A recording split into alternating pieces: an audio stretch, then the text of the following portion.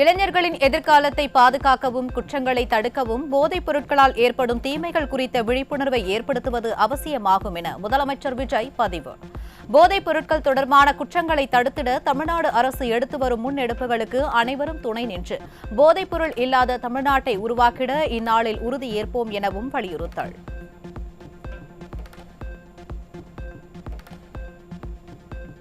சென்னையில் நடைபெற்ற போதைப்பொருள் ஒழிப்பு விழிப்புணர்வு மாரத்தானில் மக்களோடு மக்களாக பங்கேற்று 3 கிலோமீட்டர் தூரம் ஓடினார் முதலமைச்சர் ஜோசப் விஜய். தமிழ்நாட்டு வரலாற்றில் மாரத்தானில் பங்கேற்ற முதல் முதலமைச்சர் விஜய் என அமைச்சர் ஆதவ் அர்ஜுனா பெருமிதம்.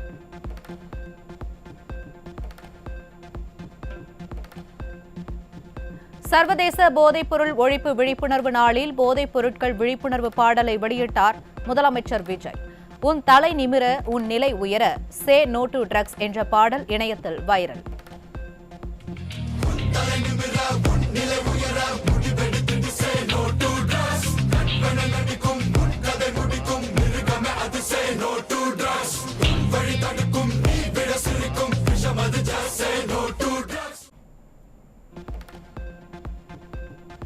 மன அழுத்தம், மனசோர்வுக்கு போதைப்பொருள் ஒருபோதும் தீர்வல்ல என சென்னையில் நடந்த போதைக்கு எதிரான விழிப்புணர்வு மாரத்தானில் அமைச்சர் ஆதவ் அர்ஜுனா வலியுறுத்தல். உடற்பயிற்சியும் நடைப்பயிற்சியுமே உண்மையான தீர்வு எனவும் தமிழகம் முழுவதும் விளையாட்டு மைதானங்கள் விரிவுபடுத்தப்படும் என்றும் அறிவிப்பு.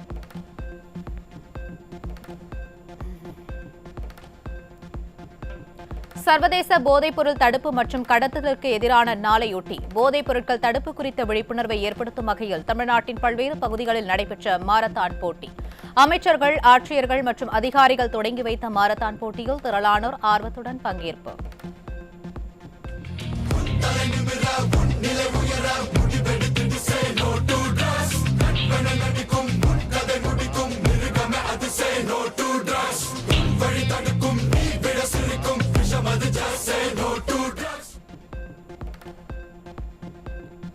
தமிழக நிதிநிலை அறிக்கை சம்பந்தமாக ஜூலை 2ஆம் தேதி முதல் 22ஆம் தேதி வரை முதலமைச்சர் ஆலோசனை. நிதிநிலை அறிக்கையை ஜூலை மாதம் இறுதியில் அல்லது ஆகஸ்ட் முதல் வாரத்தில் தாக்கல் செய்ய வாய்ப்பு.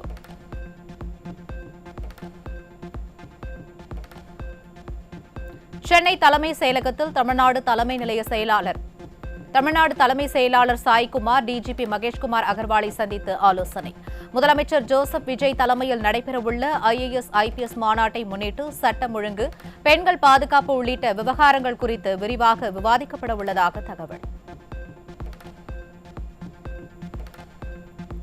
தேசிய போலியோ சொட்டு மருந்து முகாம் வரும் 28ஆம் தேதி நாடு முழுவதும் நடைபெறும் என அறிவிப்பு.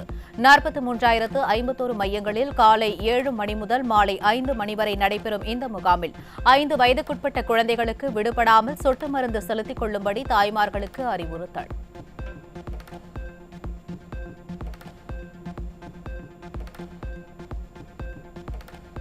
தமிழகம் முழுவதும் வருகின்ற ஞாயிற்றுக்கிழமை போலியோ சொட்டு மருந்து முகாம் நடைபெறவுள்ள நிலையில் ஒவ்வொரு குழந்தைக்கும் பாதுகாப்பாக மருந்து வழங்க அரசு அனைத்து முன்னெச்சரிக்கை நடவடிக்கைகளையும் உறுதிப்படுத்த வேண்டும் என பெற்றோர்கள் எதிர்பார்ப்பு. மருந்தின் தரம், சேமிப்பு முறை, ஒவ்வாமை கண்காணிப்பு உள்ளிட்ட அனைத்தும் தீவிரமாக பரிசோதிக்கப்பட வேண்டும் என்றும் வலியுறுத்தல்.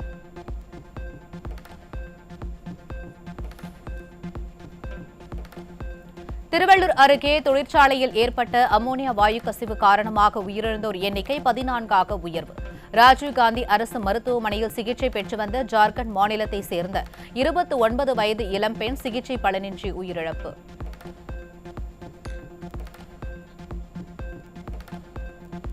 கடலூர் NLC நிறுவனத்திற்காக நிலம் வழங்கிய விவசாயிகளின் வேலைவாய்ப்பு, மறுவாழ்வு மற்றும் இழப்பீட்டு வாக்குறுதிகளை முதலில் முழுமையாக நிறைவேற்ற வேண்டும் என அதிமுக சட்டமன்ற உறுப்பினர் அருண்மொழி தேவன் வலியுறுத்தல்.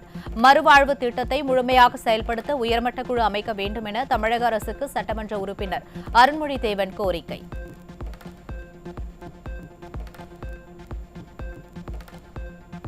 கடலூர் NLC இந்தியா நிறுவனத்தின் 3% பங்குகளை OFS முறையில் தனியாருக்கு விற்பனை செய்யும் மத்திய அரசின் முடிவை கைவிட வேண்டும் என அதிமுக MLA அருண்மொழி தேவன் வலியுறுத்தியுள்ளார்.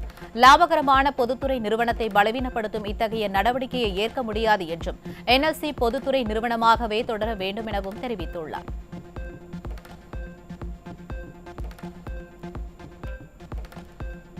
திமுக ஆட்சிக் காலத்தில் 284 கோடி ரூபாய் மதிப்பில் நடைபாதை அமைக்க விடப்பட்ட டெண்டர்களை ரத்து செய்த தாவேகா அரசு. டெண்டர் நடைமுறைகளில் முறைகேடுகள் இருப்பதாக தமிழக அரசு ரத்து செய்துள்ள நிலையில் முறைகேடுகளில் தொடர்புடைய அதிகாரிகள் மீதும் நடவடிக்கை எடுக்கப்படுமா என எதிர்பார்ப்பு. மின்கட்டண உயர்வு இந்த ஆண்டு இல்லை என அமைச்சர் நிர்மல்குமார் அறிவிப்பு. கடந்த திமுக ஆட்சியில் நடந்த நிர்வாக குளறுபடியால் மின்துறையில் அதிகம் கடன் ஏற்பட்டதாகவும் விளக்கம்.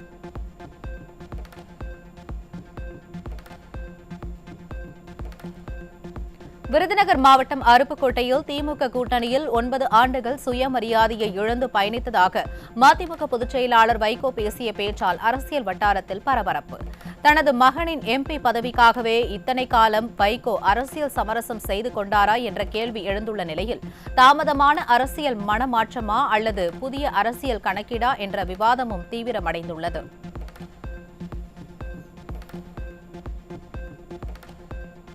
திமுக கூட்டணியில் இடம்பெற்றுள்ள தொல் திருமாவளவன் குறித்து வைகோ கடும் விமர்சனம். ஒரு கட்சியில் அமைச்சர் பதவியை வகித்தபடியே இன்னொரு கட்சியுடன் கூட்டணி அரசியல் நடத்துவது என்ன கொள்கை என கேள்வி எழுப்பிய வைகோ திமுகவுடனான உறவு குறித்தும் சாடல்.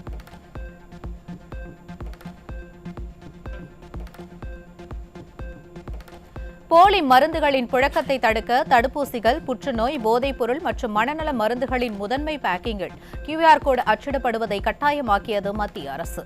இந்த நடைமுறை 2027 ஆண்டு ஜூலை 1ஆம் தேதி முதல் அமலுக்கு வரும் என அறிவிப்பு.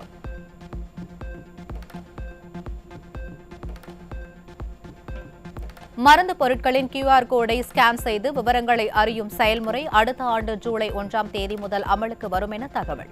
இதன் மூலம் மருந்தின் பிராண்ட், பேட்ச் எண், உற்பத்தி மற்றும் காலாவதி தேதி, தயாரிப்பாளர் விவரங்களை சரிபார்த்து அசல் மருந்தை பொதுமக்கள் உறுதி செய்ய வாய்ப்பு.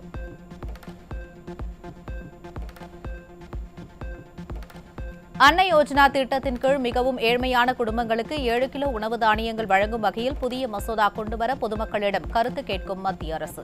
தகுதியான பயனாளிகளுக்கு சிறப்பு உதவி வழங்குவதை உறுதி செய்யும் பணிகளும் தீவிரம்.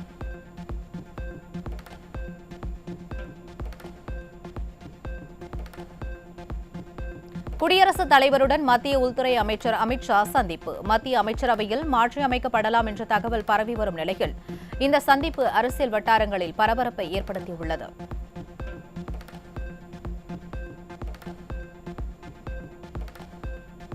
திமுக முன்னாள் அமைச்சர் பொன்முடி தொடர்ந்த குற்றவியல் அவதூறு வழக்கை தேதி குறிப்பிடாமல் ஒத்திவைத்த சென்னை உயர்நீதிமன்றம்.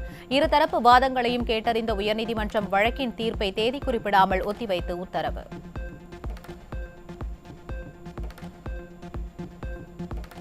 தமிழகத்தில் எண்ணூர், உடன்குடி உள்ளிட்ட அனல் மின் நிலைய திட்டங்களை முழுமையாக முடிக்க 8076 கோடி ரூபாய்க்கு மேல் கூடுதல் நிதி தேவைப்படுவதாக அமைச்சர் நிர்மல்குமார் தெரிவிப்பு. உப்பூர் மின் நிலைய பணிகளுக்காக ஏற்கனவே 5920 கோடி ரூபாய் செலவிடப்பட்டுள்ள நிலையிலும் இந்த திட்டங்கள் இன்னும் பயன்பாட்டுக்கு வரவில்லை என்றும் குற்றச்சாட்டு.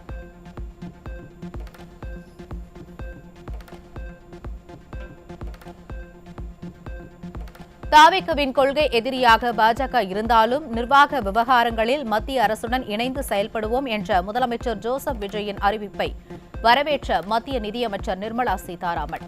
மத்திய மற்றும் மாநில அரசுகளுக்கு இடையேயான ஒத்துழைப்பு மக்களுக்கு பயனளிக்கும் எனவும் மத்திய நிதியமைச்சர் கருத்து.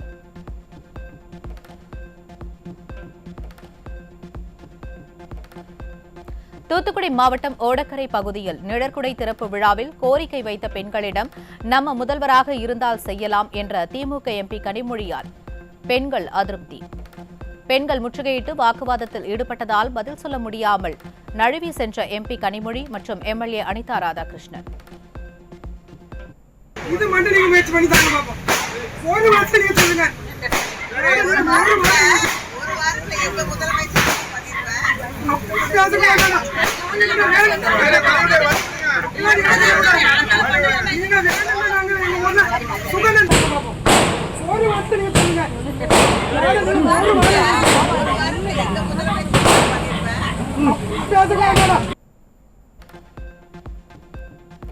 திருப்பூர் மாவட்டம் ஊத்துக்குளி அருகே 13 வயது சிறுமிக்கு பாலியல் தொல்லை அளித்த 25 வயதான காமுகன் போக்சோ வழக்கின் கீழ் கைது.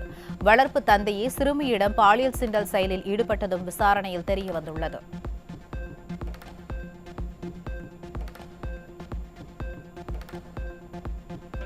தேனி மாவட்டம் பெரியகுளம் அருகே 6 வயது சிறுமிக்கு பாலியல் தொந்தரவு கொடுத்த முதியவரை 5 நாட்களாக கைது செய்யாமல் காவல்துறையினர் அலட்சியம். பெண் குழந்தைகளுக்கு பாதுகாப்பு கொடுக்க முடியாத தாவேகா அரசு குற்றவாளிகளை கூட கைது செய்ய முடியாத அளவுக்கு செயலற்று இருப்பதாக மக்கள் விமர்சனம்.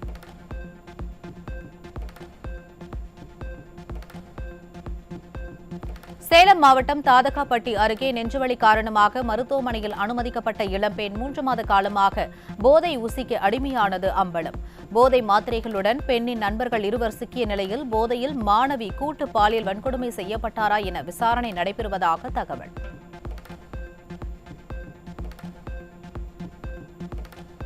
சென்னை மவுலிவாக்கம் பகுதியில் கஞ்சா போதையில் இருந்த 5க்கும் மேற்பட்டோர் கத்தி முனையில் 17 வயது சிறுமியை கடத்தி சென்று கூட்டு பாலியல் வன்கொடுமை செய்த கொடூரம். முட்புதரில் காயங்களுடன் கிடந்த சிறுமி மீட்கப்பட்டு தனியார் மருத்துவமனையில் அவசர பிரிவில் அனுமதிக்கப்பட்டுள்ள நிலையில் காமுகர்களை பிடிக்க முடியாமல் திணறும் போலீசார்.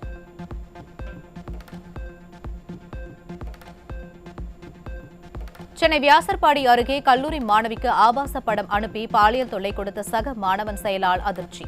மாணவியின் தாயார் அளித்த புகாரின் பேரில் தலைமறைவாக உள்ள கல்லூரி மாணவனை போலீசார் தேடி வரும் நிலையில் கல்வி நிறுவனங்களில் பெருகி வரும் கலாச்சார சீரழிவால் கல்வியாளர்கள் கவலை.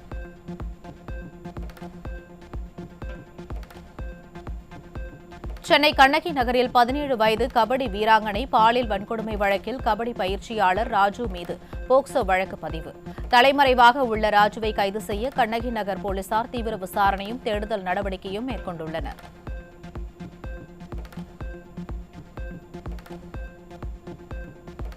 மதுரை மாவட்டம் உசிலம்பட்டியில் மது போதையில் ஏற்பட்ட தகராறில் இளைஞரின் தலையில் கல்லை போட்டு கொடூரமாக கொலை செய்த காங்கிரஸ் கட்சியைச் சேர்ந்த நகர பொறுப்பு தலைவியின் மகன் சிக்கினார்.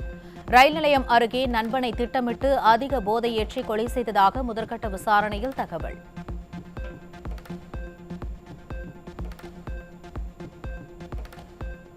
மதுரை மாவட்டம் அவனியாபுரம் அருகே கோவில் திருவிழாவில் ஏற்பட்ட முன்விரோதம் காரணமாக இளைஞர் வெட்டி கொல்லப்பட்ட சம்பவத்தில் முக்கிய குற்றவாளிகள் 2 சிக்கினர்.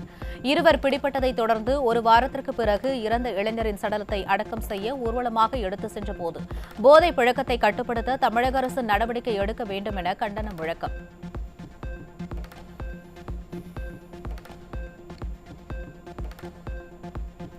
ராமநாதபுரம் மாவட்டம் தொண்டி மரக்காயர் தெருவில் உள்ள வீட்டில் 51 மூட்டைகளில் பதுக்கி வைக்கப்பட்டிருந்த சுமார் 500 கிலோ தடை செய்யப்பட்ட புகையிலைப் பொருட்கள் பறிமுதல். 4 லட்சம் ரூபாய் மதிப்பிலான புகையிலைப் பொருட்களை பதுக்கி வைத்திருந்த முகமது அலி ஜின்னா என்பவர் சிக்கினார்.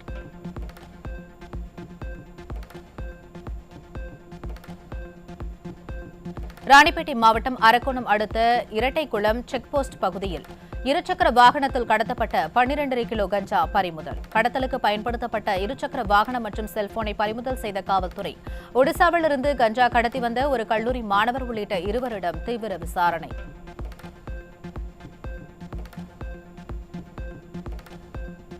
அரசு பாலிடெக்னிக் விரிவுரையாளர் தேர்வு முறைகேடு வழக்கில் அமலாக்கத்துறை நடத்திய சோதனையில் ரூபாய் 20 கோடி மதிப்புள்ள சொத்து ஆவணங்கள் பறிமுதல்.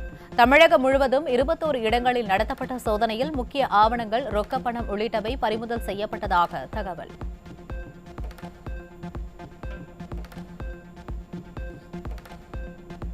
கேரள மாநிலம் எர்ணாகுளம் மாவட்டம் பெரும்பாவூர் அருகே 18 கோடி ரூபாய் மதிப்புள்ள 16 கிலோ உயர்ரக கஞ்சா பறிமுதல்.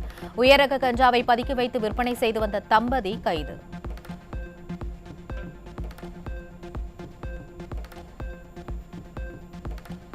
சென்னை சோழிங்கநல்லூர் அருகே டாஸ்மாக் பார் ஊழியரை கத்தியை காட்டி மிரட்டி பணம் பறித்த வழிப்பறி கொள்ளையன் சிக்கினார். வழிப்பறி, செயின் பறிப்பு போன்ற சம்பவங்கள் அதிகரித்துக் கொண்டே வருவதால் மக்கள் சாலையில் நடந்து செல்லவே அச்சம்.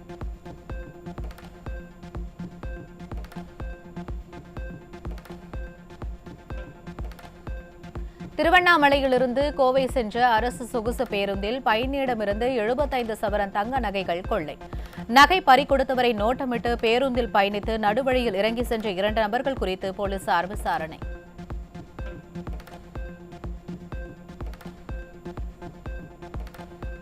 குளத்தை ஆக்கிரமித்து கரையை சேதப்படுத்தியதை தடுத்து கரையை பலப்படுத்த உதவிய தனக்கு 13 லட்சம் ரூபாய் அபராதத்தை முறைகேடாக அதிகாரிகள் விதித்துள்ளதாக மயிலாடுதுறை விவசாயிகள் குறைதீர் கூட்டத்தில் விவசாயி குற்றச்சாட்டு.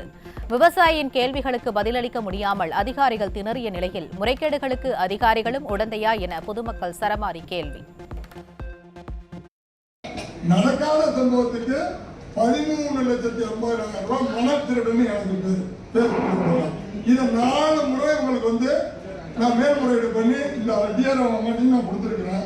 என்ன விசாரணை பண்ணீங்க? ஒரு வட்டாட்சியரும் ஒரு கோட்டாட்சியரும் ஒரு நீதிபதிக்கு இணையான பொய்யான ஒரு இதை கொடுத்துருக்குறாங்க. அதை மேல்முறையீடு பண்ணுற நான் மாவட்ட வருவாய் அலுவலகத்தில் அதுக்கு எவ்வளோ காலம் எடுத்துக்கலாம்?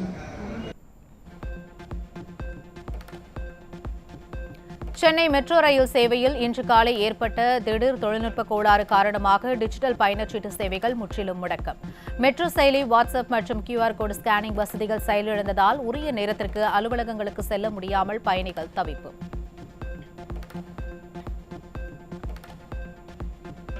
நாளை சென்னை உள்ளிட்ட 6 மாவட்டங்களில் கனமழைக்கு வாய்ப்பு. சென்னை, திருவள்ளூர், காஞ்சிபுரம், செங்கல்பட்டு, ராணிப்பேட்டை, திருவண்ணாமலை உள்ளிட்ட 6 மாவட்டங்களில் கனமழைக்கு வாய்ப்புள்ளதாக வானிலை மையம் தகவல்.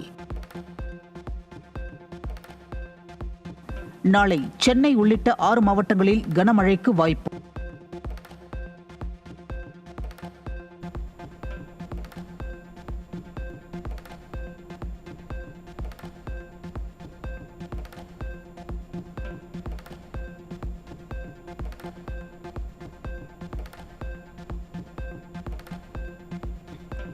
நாளை மறுநாள் 10 மாவட்டங்களில் கனமழைக்கு வாய்ப்பு. விருதுநகர், மதுரை, தென்காசி, திருநெல்வேலி, நீலகிரி, தேனி, திண்டுக்கல், கோவை, திருப்பூர், கன்னியாகுமரி உள்ளிட்ட 10 மாவட்டங்களில் கனமழை பெய்ய வாய்ப்பு இருப்பதாக வானிலை ஆய்வு மையம் அறிவிப்பு.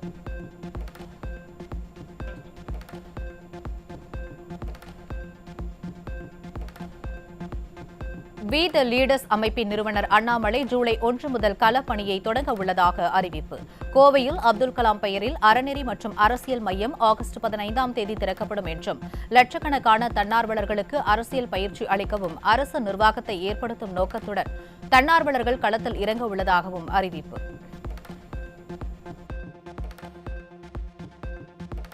மத்திய கல்வி அமைச்சகத்தின் ஸ்வயம் இணையதளம் மூலம் மாணவர்கள் பல்வேறு குறுகிய கால படிப்புகளை படிக்கலாம் என அறிவிப்பு.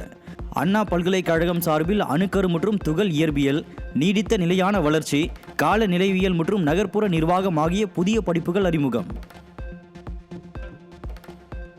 நிலநடுக்கத்தால் பாதிக்கப்பட்ட வெனிசுலாவுக்கு நிவாரணப் பொருட்களுடன் புறப்பட்டது இந்திய விமானப்படையின் 2 C-17 ரக விமானங்கள். ஆபரேஷன் அமிஸ்டாட் என்ற பெயரில் இந்திய ராணுவத்தின் கள மருத்துவமனை பிரிவு மற்றும் 35 டன்னுக்கும் அதிகமான நிவாரணப் பொருட்கள், மருந்துகள் மற்றும் மருத்துவ உபகரணங்களுடன் மீட்புக் குழு புறப்பட்டது.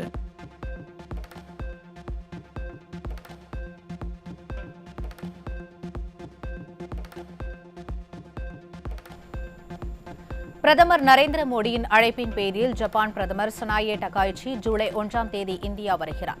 ஜூலை 3ஆம் தேதி வரை இந்தியாவில் இருக்கும் அவர் 16வது இந்தியா ஜப்பான் வருடாந்திர உச்சி மாநாட்டில் பங்கேற்கிறார்.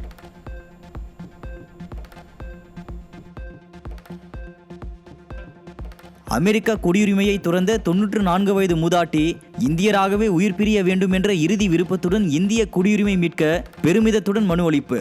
தாய் மண்ணிலேயே இறுதி மூச்சை விட வேண்டும் என்ற அவரது முடிவு இந்தியன் என்பதே பெருமை, இந்தியராக பிறந்ததே பெருமை என்பதை நிலைநிறுத்தியிருப்பதாக பலரும் நிகழ்ச்சி. அமெரிக்காவில் 18 ஆண்டுகள் வாழ்ந்து குடியுரிமை பெற்ற ஆந்திராவைச் சேர்ந்த 94 வயது மூதாட்டி மகாலட்சுமா தனது இறுதி ஆசையாக தாய்நாட்டில் இந்தியராகவே மரணமடைய விரும்புவதாக கூறி அமெரிக்க குடியுரிமையை துறந்துள்ளார். தனது சொந்த கிராமத்தில் இறுதி சடங்குகள் நடைபெற வேண்டி இந்திய குடியுரிமையை மீட்க பாபட்லா மாவட்ட ஆட்சியரிடம் மூதாட்டி அளித்துள்ள மனு தேசபக்தியின் உன்னத உதாரணமாக பார்க்கப்படுகிறது. விருதுநகரைச் சேர்ந்த பெண்ணுக்கு மாத பராமரிப்பு தொகை 15,000 மற்றும் பாக்கி 4,50,000 ரூபாய் செலுத்த மறுத்த கோவை IG அலுவலக ஊழியர் விக்னேஸ்வரனுக்கு 3 மாத சிறை தண்டனை. திருமணத்திற்கு பின் கருத்து வேறுபாட்டால் இருவரும் பிரிந்த நிலையில் கடன் சுமையை காரணம் காட்டி மனைவிக்கு ஜீவனாம்சம் தர மறுத்த கணவருக்கு தண்டனை விதித்து நீதிபதி நிஷாந்தினி உத்தரவு. கொள்ளையடித்ததை முதலில் திருப்பி கொடுத்துவிட்டு என்னை விமர்சியுங்கள் என்று திமுகவை கடுமையாக விமர்சித்த பிரபல தொழிலதிபர் ஸ்ரீதர் வேம்பு. ஜோகோ நிறுவனரின் இந்த கருத்து அரசியல் வட்டாரங்களில் புதிய விவாதத்தை ஏற்படுத்தி உள்ளது. சென்னை காவல் அருங்காட்சியகத்தில் மக்கள் தொடர்பை அதிகரிக்க உணவு திருவிழா போன்ற நிகழ்வுகள் நடத்தப்படுவது வரவேற்கத்தக்கது. நகரில் அதிகரித்து வரும் போதைப் பொருள் நடமாட்டத்தை தடுக்க காவல்துறை அதே தீவிரத்துடன் நடவடிக்கை எடுக்க வேண்டும் என்றும் தலைநகரை பாதுகாப்பான நகரமாக மாற்ற வீரியத்துடன் செயல்பட வேண்டும் என்றும் பொதுமக்கள் கோரிக்கை. 20,000 கோடி ரூபாய் முதலீட்டில் நாடு முழுவதும் 6 ஒருங்கிணைந்த ஏர்போர்ட் சிட்டி திட்டங்களை அறிவித்தது அதானி குழுமம். மும்பை, நவி மும்பை, அகமதாபாத், லக்னோ, ஜெய்ப்பூர் மற்றும் குவஹாத்தியில் உலகத்தர உள்கட்டமைப்புகள் உருவாக்கம். தமிழக அரசின் அதிகாரப்பூர்வ தகவல் பரிமாற்றங்களில் இதுவரை பயன்படுத்தப்பட்ட ஒன்றிய அரசு என்ற சொல்லுக்கு பதிலாக இந்திய அரசு என்ற சொல்லை பயன்படுத்த முதலமைச்சர் ஜோசப் விஜய் முடிவு செய்துள்ளதாக தகவல். பிரதமருக்கு சமீபத்தில் எழுதிய கடிதத்தில் இந்த புதிய சொல்லாடல் பல இடங்களில் இடம்பெற்றிருப்பது இந்த மாற்றத்தை உறுதிப்படுத்தியுள்ளது. போதைப்பொருள் உற்பத்தி மற்றும் சட்டவிரோத கடத்தல் ஒழிப்பு சிறப்பு பணிக்கான தமிழக முதல்வரின் பதக்கம் காவல்துறையை சேர்ந்த 15 பேருக்கு அறிவிப்பு. சுதந்திர தின விழாவில் காவல்துறையினருக்கான பதக்கங்களை முதலமைச்சர் வழங்குவார் எனவும் தகவல். தமிழர் வரலாறு, மொழி, பண்பாட்டு அடையாளத்தை உலகறியச் செய்த சிலம்பு செல்வர் மாப்போ சிவஞானம் அவர்களின் 121வது பிறந்த நாளை முன்னிட்டு அவரது அரும்பணிகளை போற்றும் நினைவேந்தல் நிகழ்ச்சி. தமிழ் வளர்ச்சிக்காக அவர் ஆற்றிய பங்களிப்புக்கு பல்வேறு தரப்பினரும் மரியாதை. சென்னை அண்ணா நூற்றாண்டு நூலக கூட்ட அரங்கின் வாடகை கட்டணம் 4 மடங்கு உயர்த்தப்பட்டதற்கு இலக்கிய ஆர்வலர்கள் கடும் கண்டனம். 3,000 ரூபாயாக இருந்த கட்டணத்தை 12,000 ரூபாயாக உயர்த்தியதை உடனடியாக திரும்பப் பெற தமிழக அரசுக்கு மாணவர்கள் உட்பட பல்வேறு தரப்பினர் கோரிக்கை. வெளிநாடுகளிலிருந்து இறக்குமதி செய்யப்படும் மருந்துகள் காலாவதியாகும் காலத்தை முறைப்படுத்த மத்திய அரசு புதிய சட்டம் கொண்டுவர முடிவு. நோயாளிகளுக்கு தரமான மருந்துகள் கிடைக்கவும் காலாவதியான மருந்துகள் மக்களிடம் சென்றடைவதை தடுக்கவும் புதிய திருத்தம் கொண்டுவரப்பட உள்ளதாக விளக்கம். அயோத்தி ராமர் கோவிலுக்கு வந்த காணிக்கை பணம் திருடப்பட்டதை உறுதி செய்தது உத்தரப்பிரதேச சிறப்பு புலனாய்வு குழு. இது தொடர்பாக 8 பேர் மீது உத்தரப்பிரதேச காவல்துறை வழக்கு பதிவு செய்து நடவடிக்கை. கர்நாடகாவில் துங்கபத்ரா அணை திறப்பு விழாவில் நடைபெற்ற மாநிலங்களுக்கிடையேயான ஆலோசனையில் கோதாவரி காவிரி ஆற்று இணைப்பு திட்டத்தை விரைவுபடுத்த வேண்டுமென ஆந்திர முதல்வர் சந்திரபாபு நாயுடு வலியுறுத்தல். நீர் வளங்களை ஒருங்கிணைந்து பயன்படுத்தினால் தென்னக விவசாயிகளுக்கு பெரும் பலன் கிடைக்கும் என்றும் ஆந்திர முதல்வர் கருத்து. கங்கை காவிரி நதிகள் இணைப்பு திட்டத்தை செயல்படுத்தினால் இந்தியாவின் வளர்ச்சியை எவரும் தடுக்க முடியாது என துங்கபத்ரா அணையின் 33 புதிய மதகுகளை திறந்து வைத்த ஆந்திர முதலமைச்சர் சந்திரபாபு நாயுடு பேச்சு. நதிகள் இணைப்பால் நீர் பாதுகாப்பு, விவசாயம், பாசன வசதி மற்றும் பொருளாதார வளர்ச்சி மேம்படும் என்பதால் கோதாவரி காவிரி இணைப்பை தேசிய திட்டமாக மத்திய அரசு மேற்கொள்ள வேண்டும் என சந்திரபாபு நாயுடு வேண்டுகோள். சென்னை அடுத்த அனகாபுத்தூரில் பெப்பர் ஸ்ப்ரே அடித்து இளம் பெண்ணை கத்தியால் குத்தி கொடூரமாக கொலை செய்துவிட்டு தப்பியோடிய வெங்கடேஷ் என்பவர் பெங்களூருவில் கைது. தன்னுடன் சேர்ந்து வாழ மறுத்ததால் கொலை செய்ததாக கைதானவர் வாக்குமூலம். டிஜிட்டல் அரெஸ்ட் மோசடி வழக்கில் உச்சநீதிமன்ற வலைத்தளத்தை போன்ற போலி URL பயன்படுத்தி லட்சக்கணக்கில் பணம் பறித்த கும்பலை ஒழிக்கும் வகையில் ஆபரேஷன் சக்ரா 6 கீழ் 60 சிறப்பு அணிகளை அனுப்பி தமிழகம் உள்பட 16 மாநிலங்களில் CBI சோதனை. சென்னை மற்றும் கொல்கத்தாவைச் சேர்ந்த நபர்கள் கைது செய்யப்பட்டுள்ள நிலையில் இருவருக்கும் 200க்கும் மேற்பட்ட சைபர் மோசடி வழக்குகளுடன் தொடர்புடையதாக தகவல். திண்டுக்கல் மாவட்டம் கொடைக்கானலில் சுற்றுலா பயணிகள் மற்றும் இளைஞர்களை குறிவைத்து கஞ்சா விற்க முயன்ற இளம்பெண் உட்பட 3 பேர் கைது. கஞ்சாவை பறிமுதல் செய்த போலீசார் கைது செய்யப்பட்ட 3வரையும் சிறையில் அடைத்தனர். கள்ளக்குறிச்சி மாவட்டம் சிறுவங்கூர் கிராமத்தில் அரசு மருத்துவக் கல்லூரி மருத்துவமனையில் அறுவை சிகிச்சை முடிந்து நோயாளியை வார்டுக்கு மாற்றுவதற்கு மருத்துவமனை பணியாளர் 500 ரூபாய் லஞ்சம் பெறும் வீடியோ காட்சி. மருத்துவ சிகிச்சைகளுக்காக வரும் அப்பாவி ஏழை எளிய மக்களிடம் லஞ்சம் பெறும் நபர்கள் மீது உரிய நடவடிக்கை எடுக்க வேண்டுமென தமிழக அரசுக்கு பொதுமக்கள் கோரிக்கை.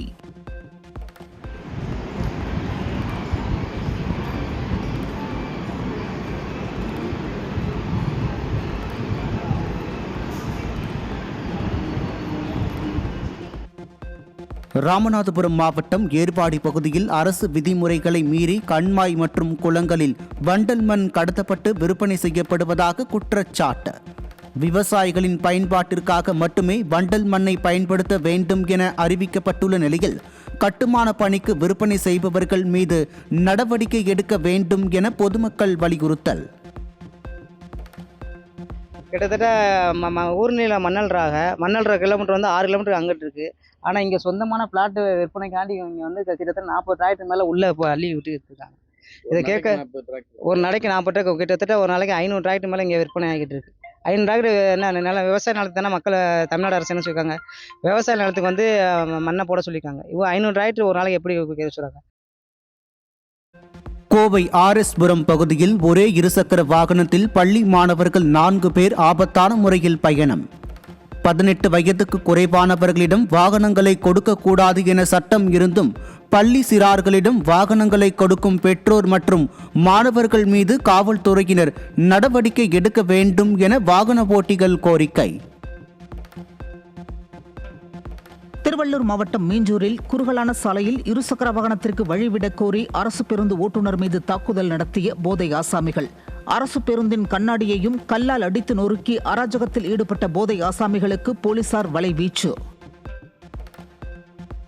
நாகை மாவட்டம் வேதாரண்யம் அருகே தனியாக இருந்த மூதாட்டியை ஏமாற்றி நூதன முறையில் 4 சவரன் தங்க நகை திருட்டு கும்பலை சேர்ந்த ஒருவர் சிக்கிய நிலையில் கொள்ளை சம்பவங்களை தடுக்க மக்கள் அரசுக்கு வலியுறுத்தல்.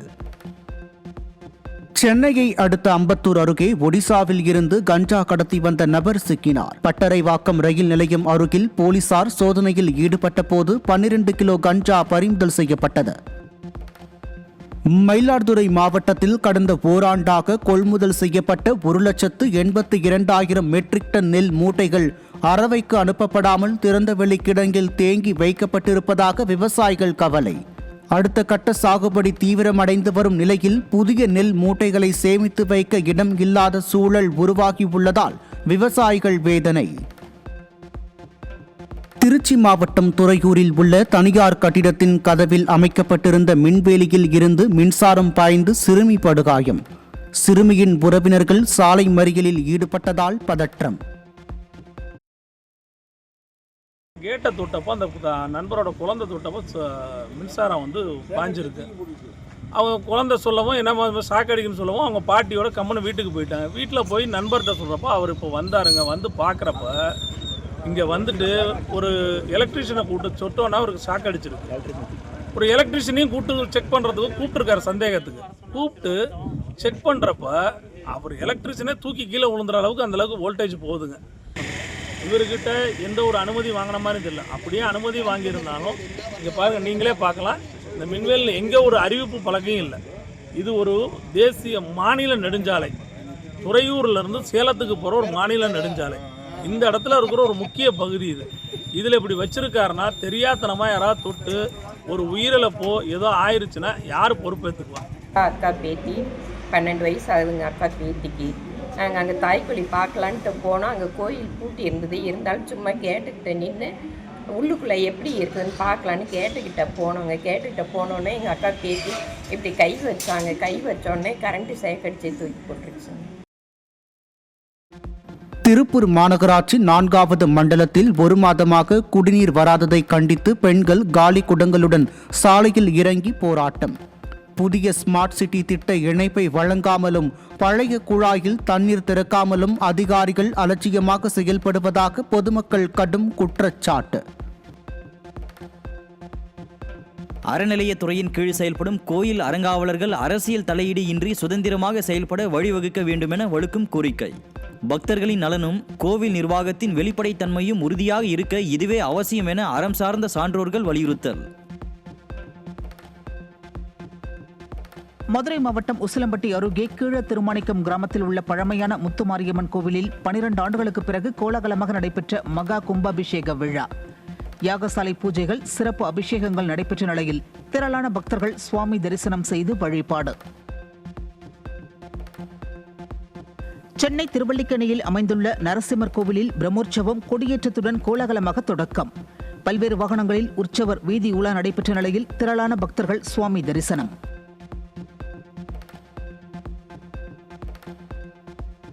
மொஹரம் பண்டிகையொட்டி சென்னை ராயப்பேட்டில் சிறப்பு தொழுகையில் ஈடுபட பள்ளிவாசலை நோக்கி பேரணியாக சென்ற இஸ்லாமியர்கள் பேரணியின் போது தங்களை தாக்கிக் கொண்டும் கத்தி மற்றும் பிளேடால் காயப்படுத்திக் கொண்டும் இஸ்லாமியர்கள் துக்கத்தை வெளிப்படுத்தினர்.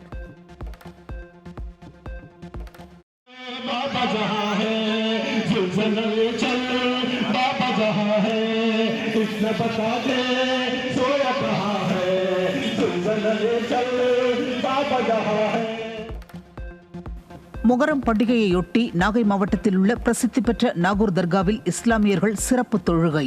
திரளான இஸ்லாமியர்கள் கலந்து கொண்டு மர்சியா எனப்படும் பாடல்களை பாடி துக்கத்தை அனுசரித்தனர்.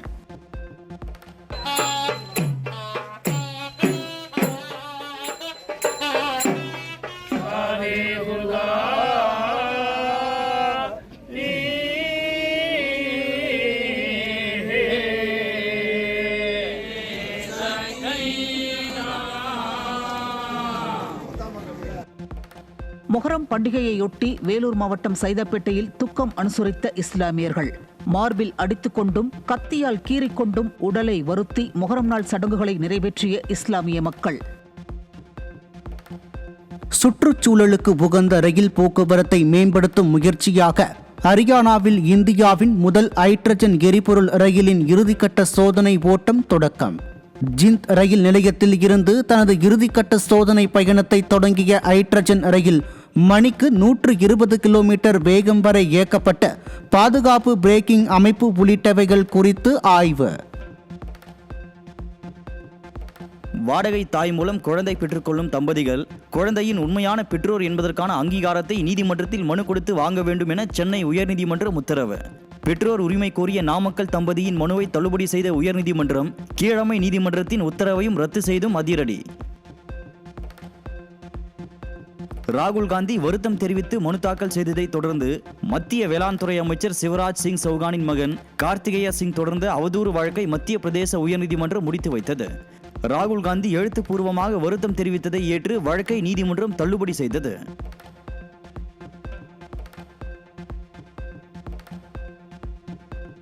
திருவள்ளூரில் அமோனியா வாயு கசிவு விபத்தில் இருந்து மீட்கப்பட்ட ஒடிசா மாநில தொழிலாளர்கள் சொந்த மாநிலங்களுக்கு அனுப்பி வைப்பு. ஒடிசா மாநில தொழிலாளர்கள் 59 பேர் அம்மாநில அதிகாரிகளுடன் சொந்த மாநிலத்திற்கு சென்றனர். தொழில்நுட்ப மேம்பாட்டு பணிகள் காரணமாக இன்று முதல் வருகிற 28ஆம் தேதி வரை EPFO சேவைகள் தற்காலிகமாக முடங்குவதாக அறிவிப்பு.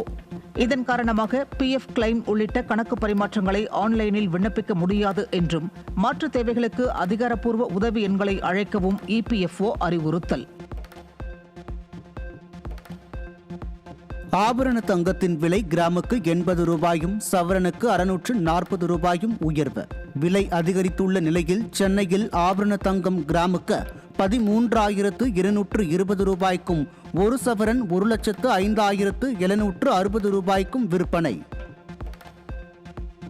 வெள்ளி விலை கிராமுக்கு 5 ரூபாயும் கிலோவுக்கு 5,000 ரூபாயும் விலை உயர்வு. இதன் காரணமாக சந்தையில் 1 கிராம் 235 ரூபாய்க்கும் 1 கிலோ 2,35,000 ரூபாய்க்கு விற்பனையாவதாக தகவல். வரும் ஜூன் 21ஆம் தேதி முதல் தமிழகத்தில் +1 மற்றும் +2 பொதுத் தேர்வுக்கான துணைத் தேர்வுகள் நடைபெறும் என அறிவிப்பு. 63,000க்கும் மேற்பட்ட மாணவர்கள் எழுதும் இந்த தேர்வுக்கு 233 மையங்கள் அமைக்கப்பட்டுள்ள நிலையில் கூடுதல் தகவல்களுக்கு உதவி எண்களையும் அறிவித்த அரசு தேர்வுகள் இயக்ககம். அரக்கோணம் ரயில்வே பணிமனையில் பராமரிப்பு பணிகள் நடைபெற உள்ளதால் சென்னை சென்ட்ரல் அரக்கோணம் இடையேயான ரயில் சேவையில் மாற்றம். அனைத்து பயணிகள் ரயில் மற்றும் மின்சார ரயில் சேவைகள் பகுதி நேரமாக ரத்து செய்யப்பட்டுள்ளதாக தெற்கு ரயில்வே அறிவிப்பு. அமெரிக்கா ஈரான் இடையே அமைதி ஒப்பந்தம் ஏற்பட்டதை தொடர்ந்து மேற்காசிய மோதலுக்கு முந்தைய நிலைக்கு சரிந்தது கச்சா எண்ணெய் விலை. குறைந்த விலையில் வாங்கிய கச்சா எண்ணெய் சுத்திகரிப்பு நிலையங்களுக்கு வந்து சேரவும் சராசரி கொள்முதல் விலை குறையவும் நேரம் தேவைப்படுவதால் பெட்ரோல் டீசல் சில்லறை விலையில் உடனடி குறைப்பிற்கு சாத்தியமில்லை என பொருளாதார வல்லுநர்கள் கருத்து. இந்தியாவில் ஆப்பிள் மேக்புக் ஐபேட் சாதனங்களின் விலை 10,000 ரூபாய் முதல் 70,000 ரூபாய் வரை உயர்வு. 14 இன்ச் மேக்புக் ப்ரோ விலை 1,69,000 2,39,000 ரூபாயாக உயர்ந்துள்ள நிலையில் செயற்கை நுண்ணறிவு தேவை அதிகரிப்பால் மெமரி ஸ்டோரேஜ் சிப் விலை உயர்ந்ததே சாதனங்களின் விலை அதிகரிக்க காரணம் என ஆப்பிள் நிறுவனம் தரப்பில் தகவல். வணிக சிலிண்டர்கள் மீதான கட்டுப்பாடுகளை தளர்த்தியது மத்திய அரசு. உணவகங்கள் மற்றும் பிற வணிக நிறுவனங்கள் தேவையான அளவு சிலிண்டர்களை எளிதாக பெற்று தங்கள் பணிகளை தடையின்றி நடத்த முடியும் என்ற நிலை உருவாகியுள்ளது. வெனிசுவேலாவில் 39 வினாடிகள் இடைவெளியில் ஏற்பட்ட 2 சக்தி வாய்ந்த ஆழமற்ற நிலநடுக்கங்கள் பெரும் பேரழிவை ஏற்படுத்தியுள்ளதாக அதிர்ச்சி தகவல். நில அதிர்வு அபாயம் அதிகமுள்ள பகுதிகளில் கட்டிட சேதம், உயிரிழப்பு அபாயம் மற்றும் மீட்பு பணிகளுக்கு கடும் சவால் ஏற்பட்டுள்ளதாகவும் அதிகாரிகள் தெரிவிப்பு.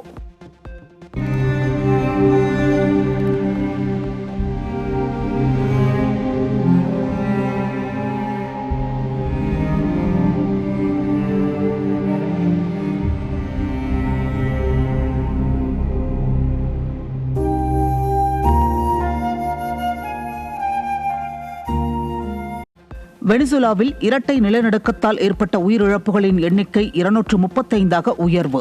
4300க்கும் மேற்பட்டோர் காயமடைந்துள்ள நிலையில் மீட்புப் பணிகள் தீவிரம். லண்டனில் நடைபெற்ற இங்கிலாந்து இந்தியா அவார்ட்ஸ் 2026 நிகழ்ச்சியில் இருநாட்டு உறவுகளை புதிய உயரத்திற்கு கொண்டு சென்றதற்காக மத்திய அமைச்சர் பியூஷ் கோயலுக்கு சிறப்பு விருது. வரலாற்று சிறப்புமிக்க இருதரப்பு சுதந்திர வர்த்தக ஒப்பந்தத்தின் பேச்சுவார்த்தை குழுவினரும் இந்த விழாவில் கௌரவிப்பு. ஃபிஃபா உலகக்கோப்பை கால்பந்து தொடரில் அமெரிக்காவின் லாஸ் ஏஞ்சல்ஸ் மைதானத்தில் நடைபெற்ற லீக் சுற்று போட்டியில் துருக்கி அணி வெற்றி. எதிர்த்து விளையாடிய அமெரிக்காவை 3-2 என்ற கோல் கணக்கில் வீழ்த்தி அசத்தல். சீனாவின் ஜுன்யி நகரில் நடைபெற்ற ஆசிய ஜிம்னாஸ்டிக் சாம்பியன்ஷிப் போட்டியில் இந்திய வீரர் ஹர்ஷித் தாமோதரன் தங்கம் வென்று சாதனை. இந்த போட்டியில் இந்தியாவின் மற்றொரு வீரரான அக்ஷத் பஜாஜ் வெள்ளிப் பதக்கம் வென்றதன் மூலம் ஜூனியர் ஆண்கள் வால்ட் பிரிவில் தங்கம் மற்றும் வெள்ளிப் பதக்கங்களை கைப்பற்றி இந்தியா வரலாற்று சாதனை.